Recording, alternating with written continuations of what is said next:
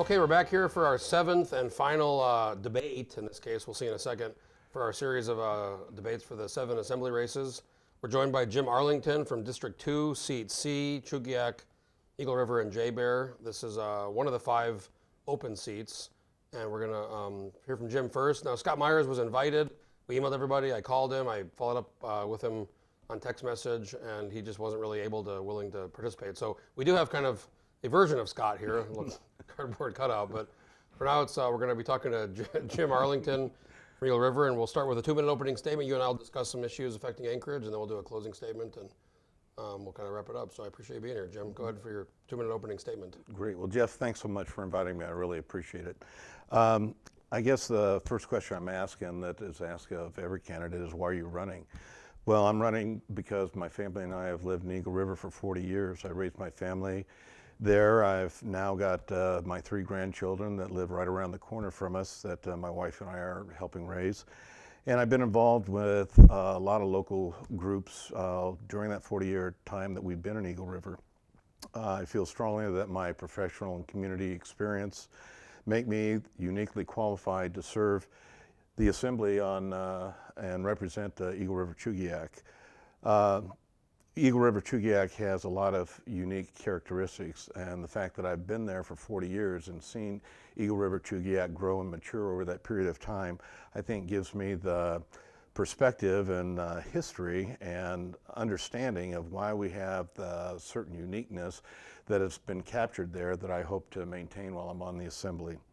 So, you know, a number of my friends and colleagues, when they saw that it was an open seat, they were encouraging me to run for the office. And I thought, yeah, I think I can do a better job than anybody else that had applied. So that's why I'm in the race. Well, thanks for being here. I'm excited to talk to you and chat. We're going to go to Scott Myers real quick for an opening. The camera? What are we doing with the cameras here?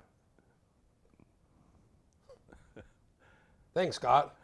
So, a little levity.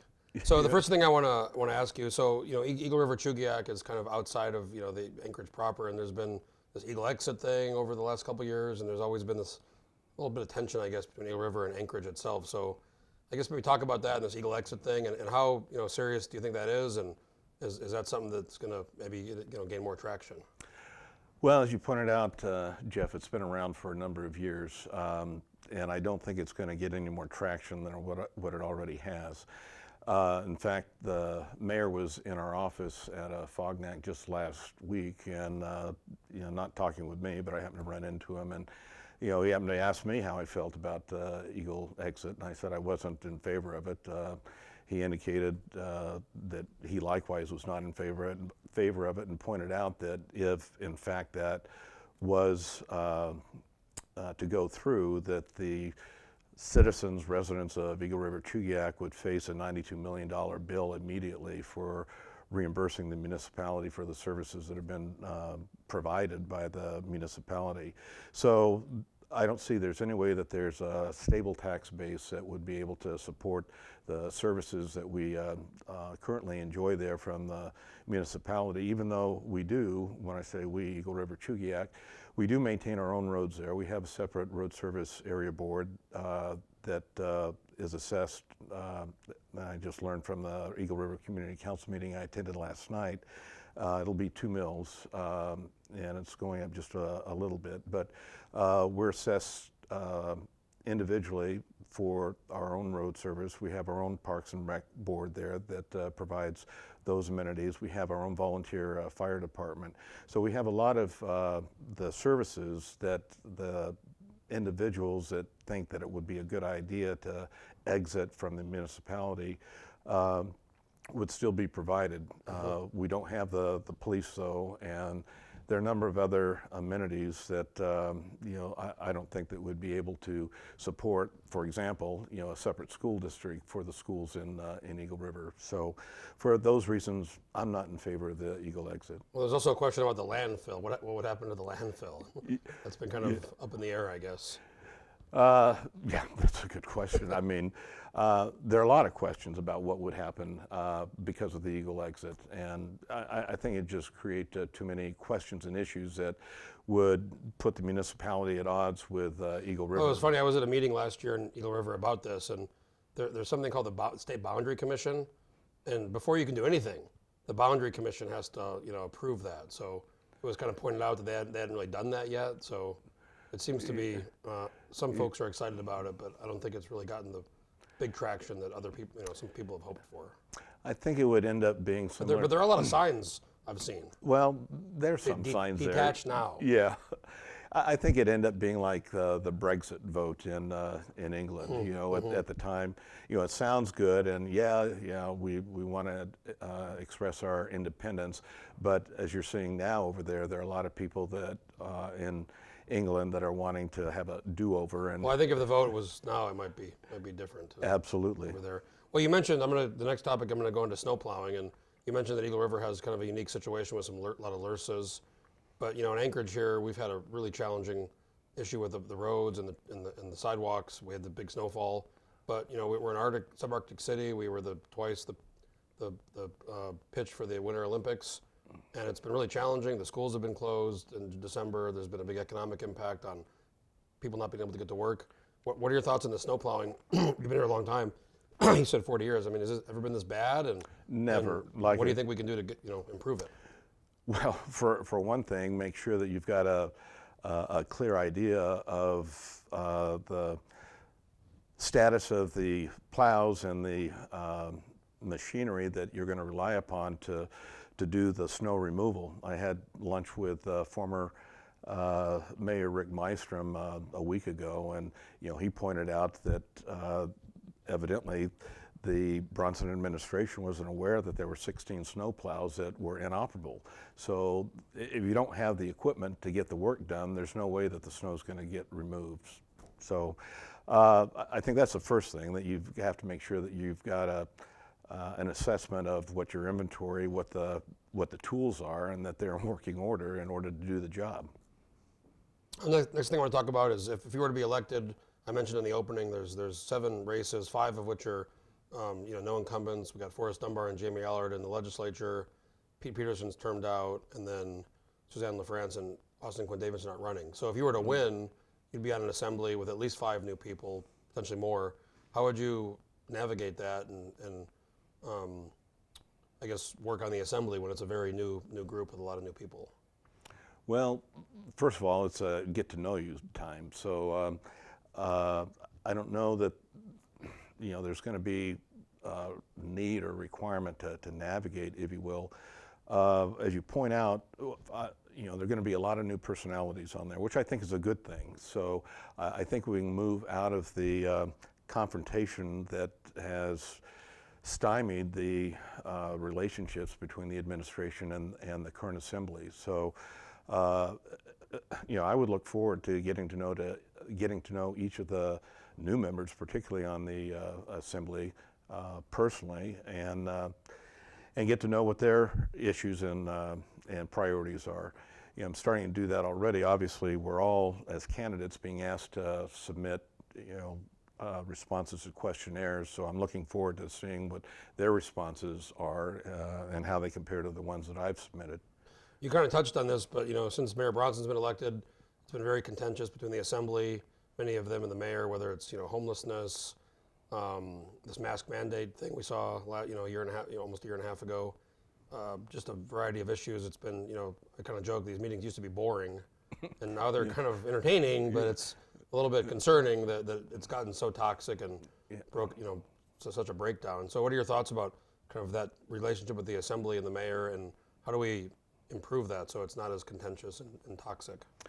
Well, at the Make It Monday forum a couple of weeks ago that I attended, and again, Scott didn't show up for that either, but they can borrow my little, they can borrow that if they need it. Well, that's already over, but we may be using that for other venues here. But in any event, during that session, after we gave the opening statements and whatnot, we were put with small groups, and again, Rick Meistrom was there, and one of the small groups, he was asking the same question, and one of the suggestions I provided that he's agreed with, I think it would be helpful to have just a retreat with just the assembly members, no staff, the mayor and the top members of the administration, particularly if we've got new personalities, which we will, coming onto the assembly.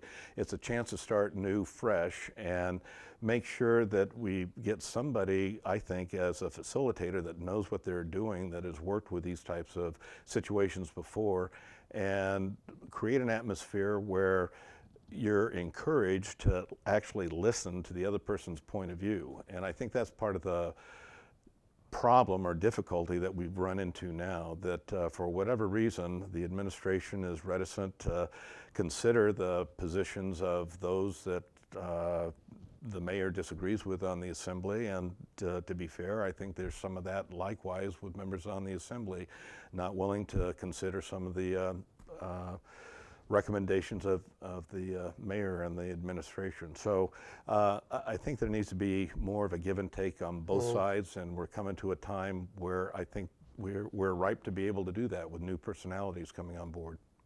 I guess one of the challenges with, I think it's a good idea, but with this Open Meetings Act thing, that I think it prevents more than 3 people from meeting together, and the legislature's exempted themselves from that, but the assembly has to. And that's, I think, part of the problem sometimes is you can't get these people in a room. Sometimes doing it maybe out of the public eye helps put a little bit of that out there behind closed doors, and it's really, that's one of the challenges with this Open Meetings Act when it comes to some of these issues. You're absolutely right, and you've seen the assembly craft solutions that get around some of the roadblocks that the administration has put up that's allowed them to have more transparency in what the administration is doing. And I don't know how it might work, how difficult it would be to create, I don't know if you call it an exception, but certainly I understand the reason for the Open Meetings Act, and and those are all good reasons to have that. But when you've got a situation where the parties aren't willing to listen to each other, I think it's a reason to look for other avenues to get beyond that. We'll talk about homelessness in a bit, but they had the kind of work, the facilitator, Admiral Barrett, and they had, I think, a few people from the assembly, but they couldn't have that many people. They had to have kind of a few from the assembly, and that's how they were able to do it. But then they have to go back and in the open to report the I guess outcome for the meeting with the facilitator or the arbitrator. So it sometimes I think it's good to do stuff in the public, but once in a while maybe it's good to have a discussion, vent out your frustrations, and leave it there, and then move on. I agree with you 100%, absolutely. Next thing I want to ask you about is recently the Holton Hills proposed housing development in Girdwood. The assembly killed that by a margin of 1 vote. And, it was 2 years from Heritage Land Bank put out an RFP, and there was a bid, and some folks in Girdwood got upset, and they had different reasons to be against it, and the assembly ended up stopping it. But Anchorage, the average price of a house is almost $500,000, probably more in Eagle River. Eagle River has a different kind of housing. It's a little more higher priced housing out there, but on Holton Hills, what kind of message do you think that sends for building in Anchorage, and then also just generally the low supply and the high cost of housing in Anchorage? Well, it's interesting you bring up the Holton Hills. Again, I was at the Eagle River Valley Community Council meeting last night, and there was a representative from Girdwood there. I'm not surprised. They've been making the rounds. And that's what she pointed out. And she was asking for a resolution from our community council to be against the development there.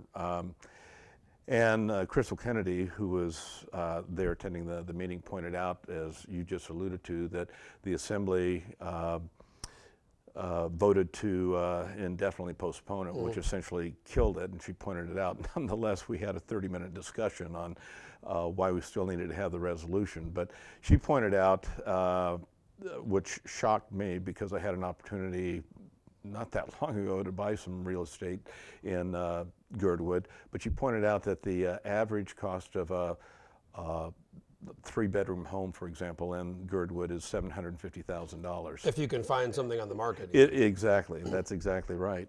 So they obviously need the low cost housing there to support the just the workers that are supporting the resort, among other things, and other people that want to live there. But most of the market, as she pointed out, is being occupied by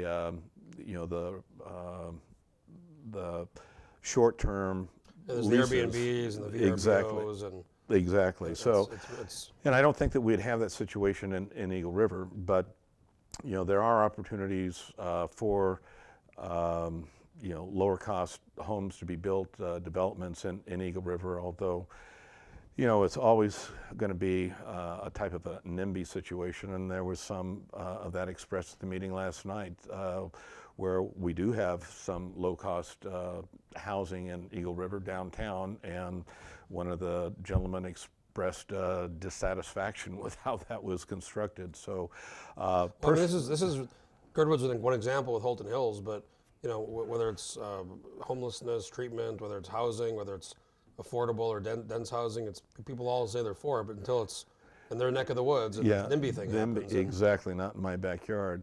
But it's critical that we have that type of housing available throughout the municipality, not just Eagle River, but and Girdwood, but all over. I mean, as we've seen, as a result of the pandemic, individuals are losing their jobs for one reason or another, and they can't afford their housing payment, and all of a sudden they join the homeless community. We've got to have a place for them to land, if you will, and have affordable housing. That's you're really good at this. You're really good at segueing into my next question. So it's good flow here. I want to talk about the homelessness. We have the Sullivan Arena that got stood up with COVID.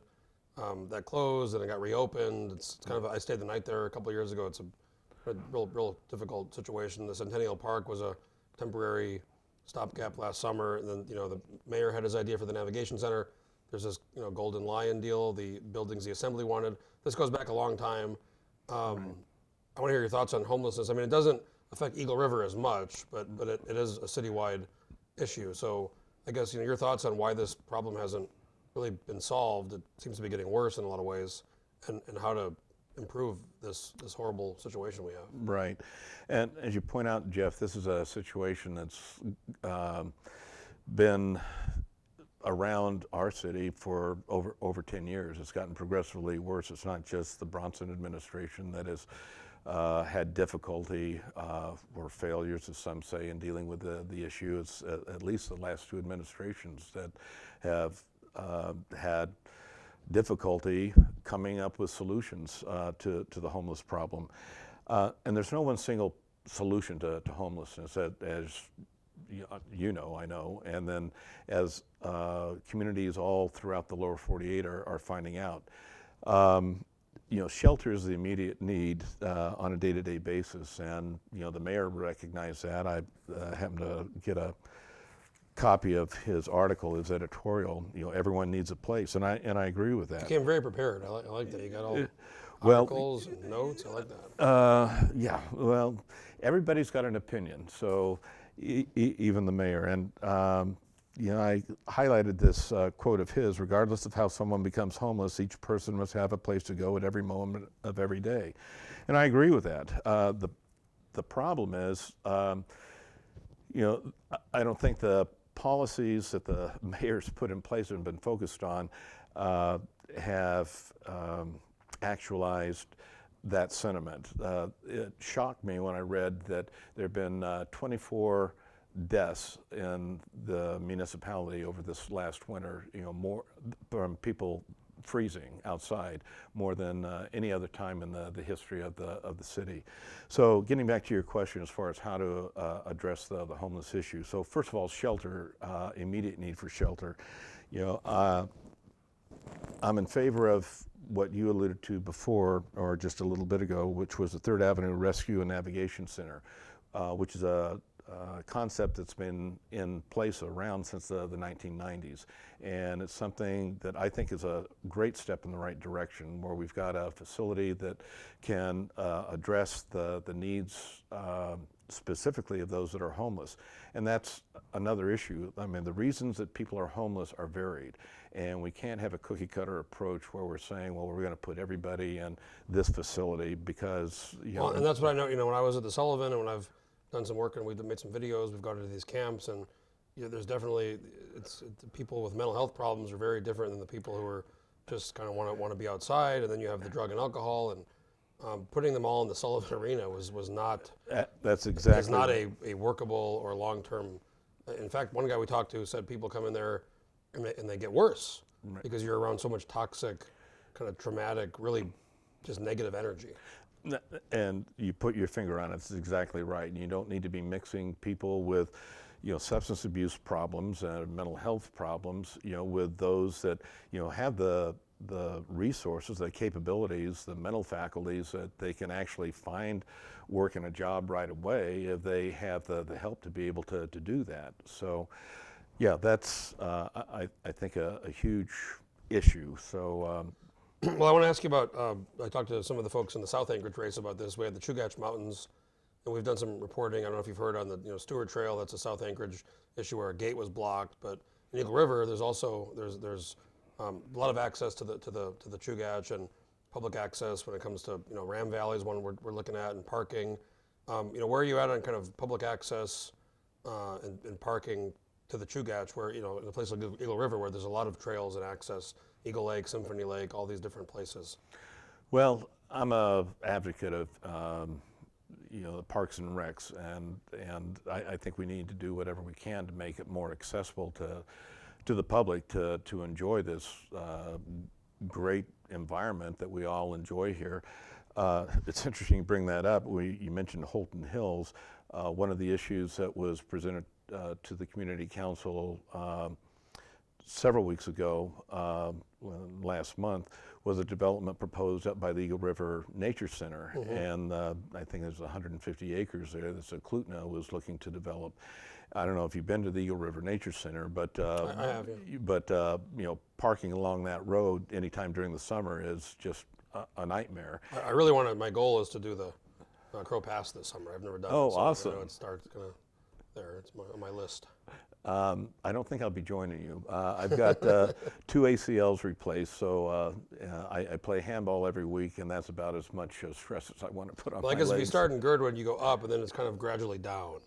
Some people go the other way, that's not me. Yeah, me either.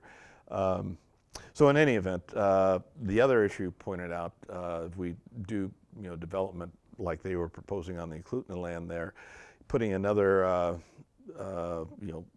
that many additional individuals on that road, mm-hmm. 5,000 I think is what they were estimating might be additional going up and down that road, and the emergency exit, and that it would just be a disaster if there was a need for a quick emergency exit for the residents along that area. But nonetheless, I think there are opportunities to put in place if it's being approved as a PUD, planned unit development, where you require certain amount of parking to be made available for access to the adjacent park. Well, we see that in the Chugiak and South Anchorage and Glen Alps and Flat Top and these other, you can, on a nice day, the cars can go back half a mile. Exactly. And, yeah. and a lot of people who do, I'll talk about in a second, kind of loss of population and kind of the vision for Anchorage, but the people who do want to come here, a lot of them want to come here and enjoy the outdoors.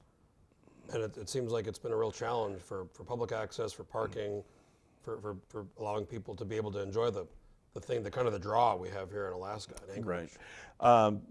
Absolutely. And one of the mechanisms, if you will, that I think the municipality could utilize is eminent domain to get access or to acquire land for that very purpose. And I don't know if it's been considered before by the municipality or not, but you're absolutely right. We're shooting ourselves in the foot if we aren't allowing not only our residents, but people who are coming here, the tourists that we benefit from their spending dollars, access to those facilities. I want to ask you about it's been in the news for a while. A couple of years ago, the voters voted to fund the body cameras for the APD officers, and there's been a bit of a kind of fight, I guess, or dispute with the union and the policy on the release of the footage and the storage and a few other things. But it's been 2 years. Do you support the body cams, and why do you think it's been taken so long to get this issue, get these body cams implemented? Well, I'm fully supportive of having body cams and having the police utilize them and be required to have them. I can understand some of the concerns that the police union has. I'm not going to go into reiterating what their concerns are, but the bottom line is I think that they need to be put into use, as soon as possible. One of the questions that was provided to me is, thoughts on government transparency, and that's one of the. I didn't provide you that question. No, you didn't. We don't give the no. We don't no, give the questions. No, this was by another news entity, but. The transparency as far as the body cameras, I think will go to not only protect the potential victims, but they go to protect the police as well. And I think we've seen that in a number of instances in the lower 48 where police have been exonerated because of the body cam footage when there have been claims that there's been police brutality and the footage shows otherwise. I guess one of the issues, and I kind of can see both sides of this, is if there is an incident, a shooting or some kind of serious incident, does the officer have a chance to review the footage before he or she gives a statement?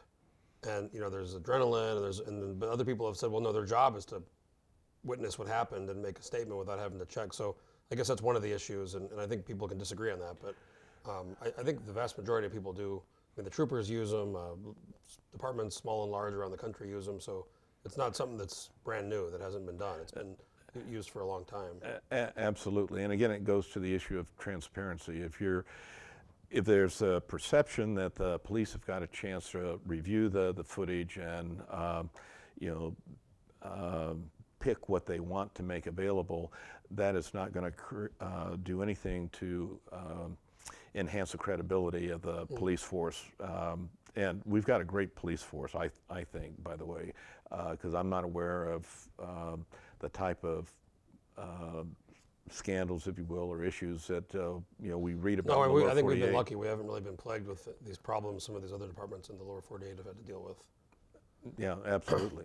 Last thing I'll ask you, we've touched on kind of the snow plowing problem and the housing, homelessness. For the last 10 years, Alaska's lost population. I've kind of brought this up last summer. The park strip grass, I took a picture, was all dead. So, what's your vision, your 10-year vision for Anchorage? A lot of people, including myself, aren't very optimistic based on everything we see. What are your thoughts on your vision for Anchorage? Are you optimistic or pessimistic? Well, I'm optimistic, and one of the reasons I'm optimistic, and I hate to go back to this. You got your notes. My notes here. You got your articles. So, in doing some of the background research, there's a great article that I found that was written by the Brookings Institute that talked about ways that we can and that the cities and states can utilize the funds made available from the Infrastructure Investment and Jobs Act from 2021. And I can give you the link here, but I won't go through all of it. But they were extremely optimistic about the opportunities for workforce development and economic development in the cities as a result of these funds that are available to us now. And and as I said, one of the things I would do being on the Assembly would become more aware of what those opportunities are as far as access and utilizing those funds that are there.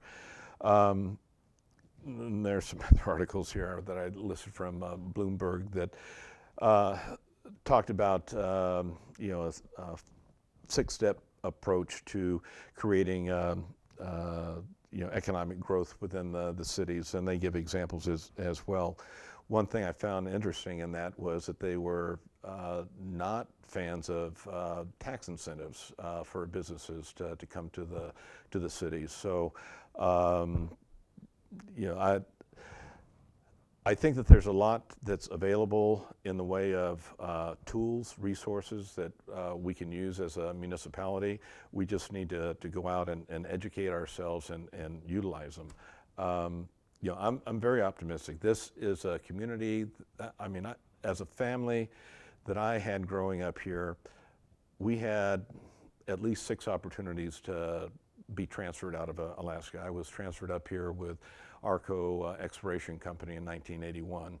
I was offered an opportunity to transfer back to Plano, Texas 3 years later. I found a position with Chevron. The bottom fell out of the oil market in 85, 86. Was closing down Chevron's assets here in Alaska, and Chevron was going to transfer me down to San Ramon, California.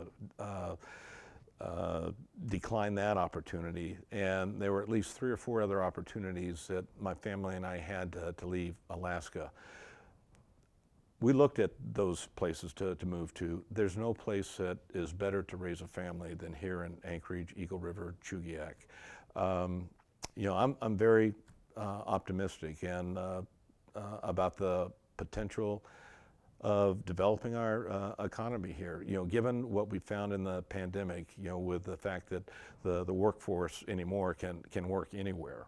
And I think that we can take advantage of that and encourage that workforce that is now wanting to work, you know, wherever they want. Well, I mean, that's what I've said. We have tech workers and finance workers in the West Coast and Seattle and California that want nothing more to be in a place where in 20 minutes you can be in the Chugiak Mountains, or you can be skiing, or you can be hiking, or you can be, you know, canoeing.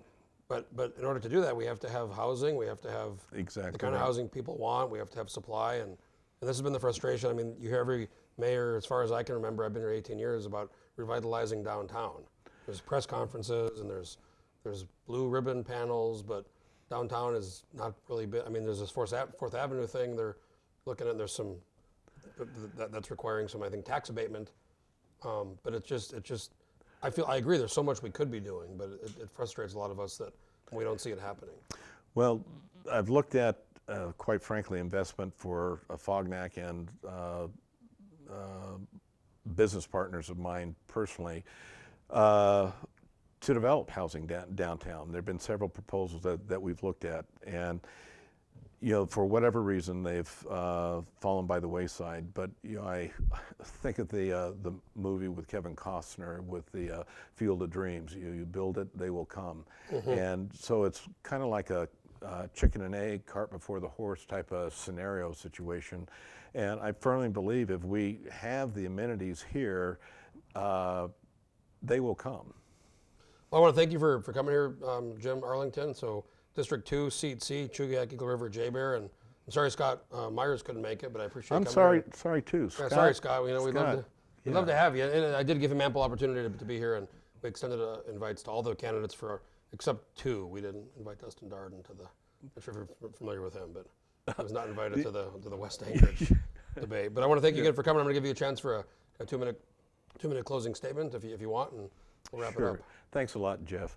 And again, thank you so much for inviting me here. I really appreciate the opportunity to talk to the voters of Eagle River, Chugiak, JBER, as well as the voters of Anchorage, because if I'm on the Assembly, while I'll be focused primarily on the issues of Eagle River, Chugiak, I'll be voting on all of the issues that affect Anchorage. I think that I'm the best candidate, as I said at the outset, because of, one, my longevity living in Eagle River, Chugiak. I've been here 40 years, raised a family. I've been on a number of boards and commissions during my time here in Anchorage. I think I know the issues fairly well. My background in law, public administration, I think gives me the education and the skills that I can bring to the Assembly to help get us through the issues, let's put it that way, that have plagued the communications or lack thereof between the administration and the Assembly. So again, thank you, Jeff. I really appreciate it, and I look forward to making Anchorage a better place to live and maintaining the unique environment in Chugiak and Eagle River. Thanks again, Jim. Really appreciate you coming on here. Again, folks, Jim Arlington, District 2, Seat C, Chugiak, Eagle River, JBER. He's facing off with Scott Myers. I want to thank Jim again for being here. I want to thank our sponsors, GCI, the IBW Local 1547, and the Alaska Political Report. This is our last debate in a series of 7 debates for the 7 assembly races. Ballots go out next week on March 14th, and the election concludes on April 4th. So make sure to get out and vote. I want to thank all the candidates for all the races for appearing. I want to thank Trent and Peter back there for running the show and doing all the switching with the audio and the video. And really appreciate everybody being here and you guys watching the debates. And make sure to get out there and vote and stay tuned. We'll be doing these throughout the years to come. So thanks again.